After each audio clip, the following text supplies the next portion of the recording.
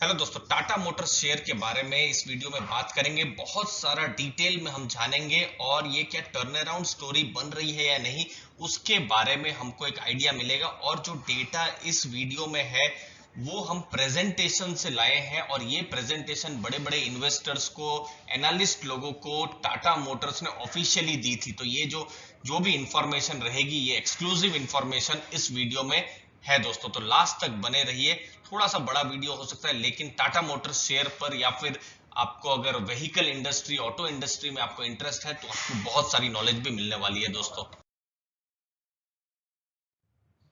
देखिए, जब भी टाटा मोटर्स शेयर की जब एनालिसिस होती है तो ना आधी स्टोरी बताई जाती है। आधी स्टोरी मतलब एक साल पहले जब ये मार्च में स्टॉक देखिए 65-70 रुपए से आ गया था और अभी देखिए 320-22 रुपए में है। तो अप्रोक्सीमेटली मैं कहूं तो एक साल के अंदर स्टॉक ने 4x 4 गुना रिटर्न दे दिया। अब यही स्टोरी बताई जा रही है कि टाटा मोटर्स ने एक साल के अंदर में 4 गुना रिटर्न दे दिया है। लेकिन जो लंबी स्टोरी है, बड़ी स्टोरी है, वो ये भी है दोस्तों कि टाटा मोटर्स का स्टॉक 550 560 के लेवल पर भी ट्रेड कर रहा था। अगर आप देखेंगे 2016 में, 2016 सितंबर, अक्टूबर, नवंबर, उस समय में आप देखेंगे तो 500 से ऊपर लेवल पर भी था।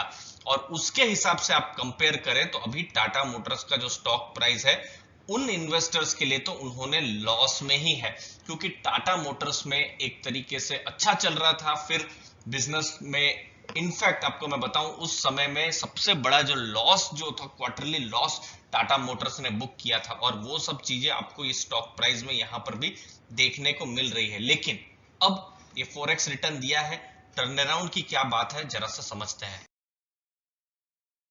देखिए, टाटा मोटर्स का स्टॉक लॉन्ग टर्म इन्वेस्टर्स के लिए, उन इन्वेस्टर्स के लिए है जो कि स्पेशल सिचुएशन जैसी जो है सिचुएशंस को ढूंढते रहते हैं, लेकिन कोई एक स्टेबल रिटर्न जैसा स्टॉक कोई ढूंढ रहे हैं तो उनके लिए टाटा मोटर्स नहीं है। क्योंकि देखिए, आरओसी बोलिए या दूसरे प्राइस अर्निंग मल्टीपल बोलिए, या फिर आप यहाँ पर डेट का जो जो भी फंडामेंटल में हम जो एनालिसिस करते हैं तो वो सब में टाटा मोटर्स कहीं भी खरा नहीं उतरेगा, क्योंकि लॉस में है अभी भी।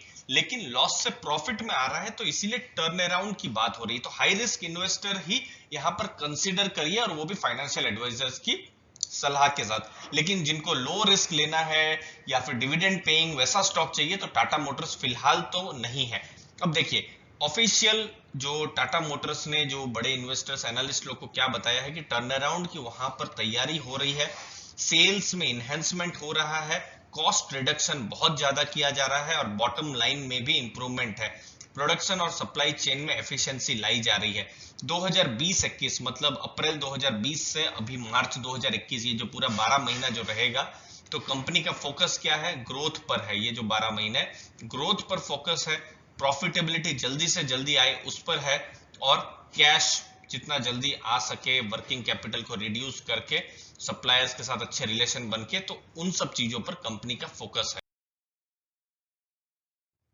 देखिए, पीवी का मतलब होता है पर्सनल व्हीकल्स, और पर्सनल व्हीकल्स में कुछ ब्रांड अभी बहुत ही अच्छा कर रहे हैं। डिटेल में इसको थोड़ी देर के बाद भी समझेंगे।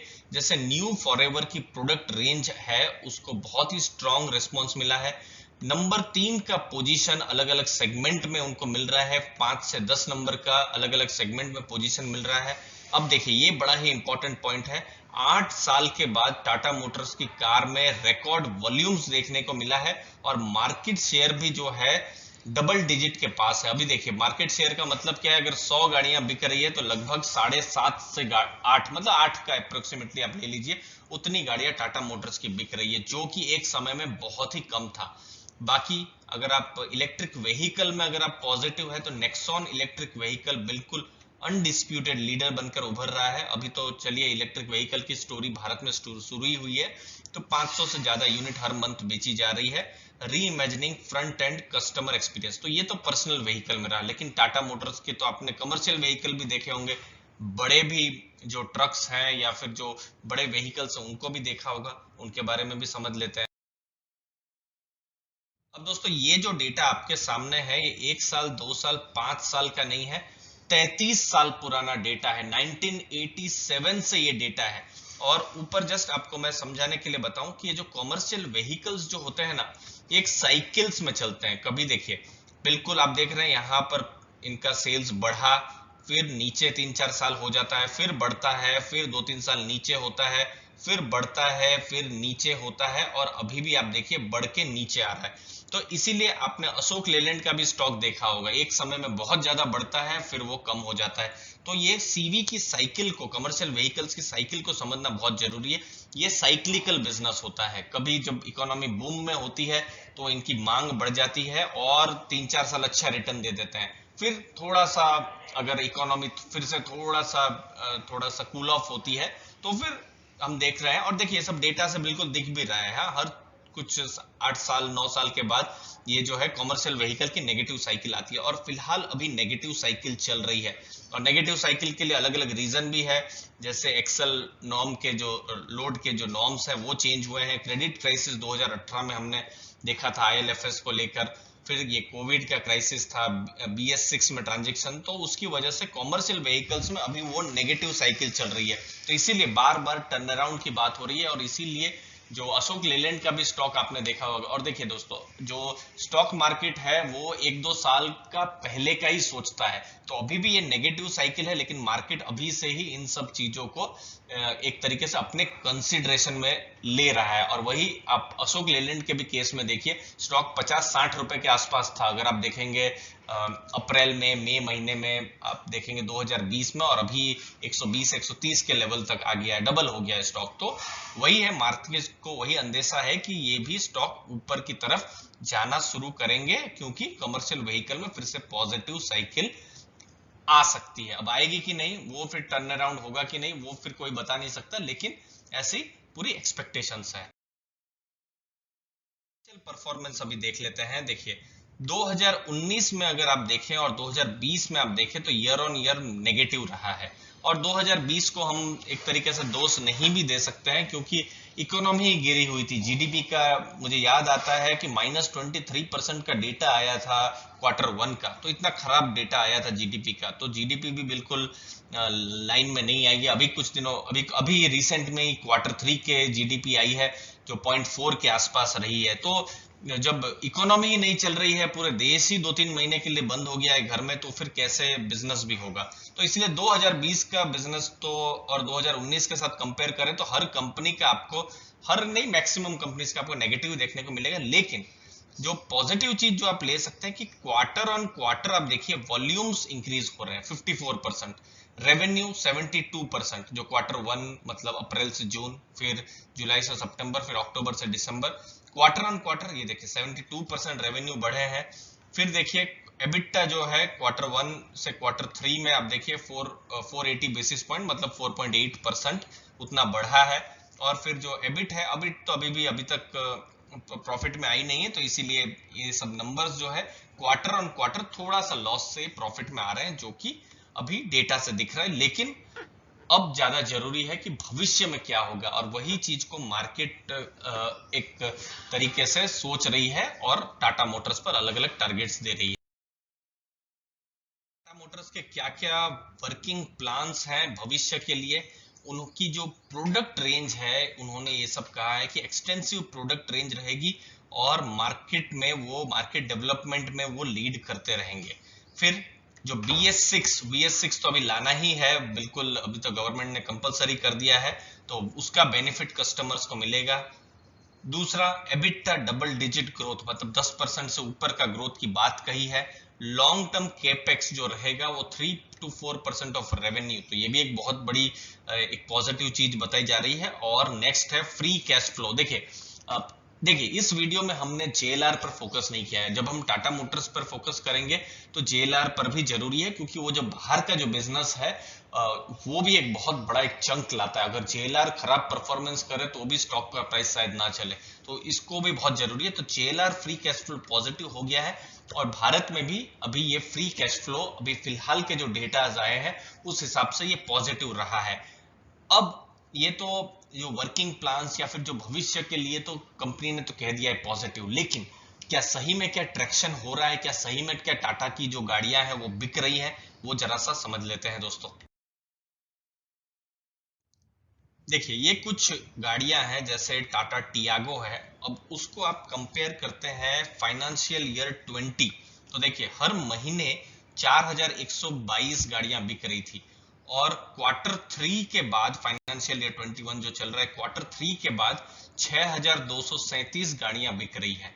सिमिलरली आप नेक्सॉन में भी देखिए 3605 से 6594 इतनी गाड़ियां बिक रही है। तो एक तरीके से आप देख रहे हैं कि गाड़ियां बिक रही है, चाहे वो टियागो हो, नेक्सॉन हो, टाइगर हो 837 से 1611, फिर हैरियर, हैरियर का तो बहुत अभी नाम भी सुनने में आ रहा है, गाड़ियां दिख भी रही है 1071 से 2319, तो गाड़ियां बिक रही है। एल्ट्रोज की बात करें, एल्ट्रोज तो अभी बहुत ही रिसेंट में है, तो 6744, अब ये भी धीरे धीरे अभी मार्केट पकड़ रहा है। तो देखिए टाटा मोटर्स को फिलहाल आप मारुति के साथ कंपेयर करेंगे तो फिर सही कंपैरिजन नहीं हो पाएगा, क्योंकि मारुति अभी भी बहुत आगे है। टाटा मोटर्स को अगर कंपेयर करना है तो टाटा मोटर्स के साथ ही कंपेयर करना है। उसका फिर कमर्शियल व्हीकल का भी बिजनेस है, जो हमने थोड़ी देर पहले डिस्कस किया था, और सबसे बड़ा जो बिजनेस है वो है जेएलआर का बिजनेस। तो ये एक पार्ट में हम लोग भारत का ही बिजनेस डिस्कस कर रहे हैं। जेएलआर का बिजनेस में भी अगर आपको इंटरेस्ट है दोस्तों, कमेंट सेक्शन में बताइए, उस पर भी डिटेल में वीडियो बना देंगे दोस्तों। अब कंपनी का क्या कहने का है, कॉमर्शियल व्हीकल, कॉमर्शियल व्हीकल का मतलब होता है जो बड़े बड़े जो ट्रक्स हैं, जो आप हाईवे में देखते हैं टाटा मोटर्स के, उनकी बात हो रही है। तो वहां पर कंपनी का क्या प्लान है, डबल डिजिट एबिटा मार्जिन वो लाने का है। Long term capex 3 to 4% of revenue, जो हमने थोड़ी देर पहले कमर्शियल व्हीकल में डिस्कस किया, और strong positive free cash flow, उस चीज पर। कमर्शियल व्हीकल जो बड़े व्हीकल्स हैं, जिसको आप हम शायद ना लें उनके लिए, लेकिन आपके हमारे लिए अगर घर में कोई कार लेनी है तो वो पैसेंजर व्हीकल्स होते हैं। तो वहां पर कंपनी का क्या प्लान है कि high single digit EBITDA for next 3 years. High single digit मतलब 8%, 9% एबिटा होना चाहिए, मतलब प्रॉफिट में तो आनी ही चाहिए इस हिसाब से। और एबिटा का मतलब क्या होता है, earning before interest tax depreciation assets, मतलब पूरी कंपनी प्रॉफिट में नहीं आई है, लेकिन ये एबिटा जो है ये प्रॉफिट में आ जाना चाहिए। फिर long term capex 5 to 6% of revenue, ये भी कंपनी का प्लान है। और free cash flow break even 2023 का जो फाइनेंशियल ईयर है, मतलब आप अगले साल जो 2022 की बात कर रहे हैं, उस समय में ये हो जाना चाहिए, और पॉजिटिव फ्री कैश फ्लो बाद में हो जाना चाहिए। तो अभी भी वो वाला इशू है, अभी भी जो भारत में जो गाड़ियां हैं थोड़ी सी कम बिक रही है, बिकना देख रहे हैं हमने, अभी टियागो का डेटा देखा, अल्ट्रोज और नेक्सॉन, इन सब का डेटा देखा, पॉजिटिव तो है ही, उसमें कोई दो राय नहीं है, लेकिन अभी भी उस हिसाब से अभी भी free cash flow positive passenger vehicle के क्षेत्र में अभी तक हुआ नहीं है। मोटर में डेट बहुत ज्यादा है, तो डेट के लिए क्रेडिट रेटिंग को समझना बहुत ज्यादा जरूरी है। कंपनी ने तो कहा है, कंपनी की तो कोशिश है कि वो जल्दी से जल्दी अपने डेट को वो कम करे, और उस पर वो आगे भी बढ़ रही है। अब देखिए, देखते हैं क्वार्टर 4 का कैसा रिजल्ट आता है। देखिए रेटिंग एजेंसीज की ये सब रेटिंग्स है लॉन्ग टर्म, जैसे B1 नेगेटिव मूडीज ने दिया है, S&P ने B नेगेटिव दिया है, AA नेगेटिव क्रिसिल ने दिया है, ICRA इकरा ने AA माइनस नेगेटिव स्टेबल दिया है, फिर केयर ने AA माइनस नेगेटिव, ये रेटिंग्स दी हुई है। ये रेटिंग देखिए बहुत खराब रेटिंग नहीं है, बहुत अच्छी रेटिंग नहीं है। आप इसको समझ सकते हैं, ये अगर आपको 1 से 5 में अगर आप रेटिंग अगर आप देखें, तो ये कहीं ना कहीं मिडल से थोड़ा सा अच्छा वैसे रेटिंग है दोस्तों। तो मतलब चीजें खराब नहीं है, चीजें ठीक ठाक है, उस हिसाब से आप रेटिंग को, आप उस हिसाब से आप एनालिसिस कर सकते हैं। तो भविष्य में यही कोशिश रहेगी कि रेटिंग अच्छे से अच्छी हो, रेटिंग में अपग्रेड हो तो भी स्टॉक का प्राइस बढ़ सकता है दोस्तों। Operating performance and contribution margin improvement, ये उनकी कोशिश रहेगी। कॉस्ट बेस को ऑप्टिमाइज किया जाए कि कैसे करके कॉस्ट कट किया जाए या फिर कॉस्ट को रैशनलाइज किया जाए। केपेक्स पर, मतलब जो खर्चे हैं उस पर भी प्रायोरिटाइजेशन, मतलब जो भी उनको जो भी कार बनाने के लिए कैपिटल एक्सपेंडिचर करना है उस पर focus. Positive free cash flow, ये बहुत ही ज्यादा जरूरी है, और उस पर एक तरीके से कुछ जगहों में फ्री कैश फ्लो आ भी गया है। अगर आप जेएलआर की बात करें तो वहां आ भी गया है, यहाँ पर कुछ जगह में आया है, कुछ जगह में नहीं आया है। फिर डाइवेस्टमेंट का भी प्लान है, जो जो बिजनेस चल नहीं रहे हैं तो शायद कंपनी उन सब प्रोडक्ट्स को, बिजनेस को बेच भी सकती है। और फिर देखिए बिल्कुल टारगेट है जीरो नेट ऑटो डेट में बिल्कुल जीरो हो जाना है। और देखिए डेट फ्री कंपनीज को इन्वेस्टर्स भी पसंद करते हैं, जो हमने पास्ट में देखा है, पास्ट ट्रेंड्स देखे हैं। बहुत ज्यादा डेट वाली कंपनी हो तो इन्वेस्टर्स को भी थोड़ा सा डर लगा रहता है। और देखिए कुछ जो भी कंपनियां पिछले 4-5 साल में फेल हुई है, उनका फेल होने का एक बहुत बड़ा अगर रीजन था, देखिए मैनेजमेंट इंटीग्रिटी तो एक रहता ही है, लेकिन एक हाई डेट एक बहुत बड़ा इशू था। तो यहाँ पर टाटा मोटर्स शेयर टारगेट पर हम ध्यान नहीं दे रहे हैं, बिजनेस पर ही फोकस किया है।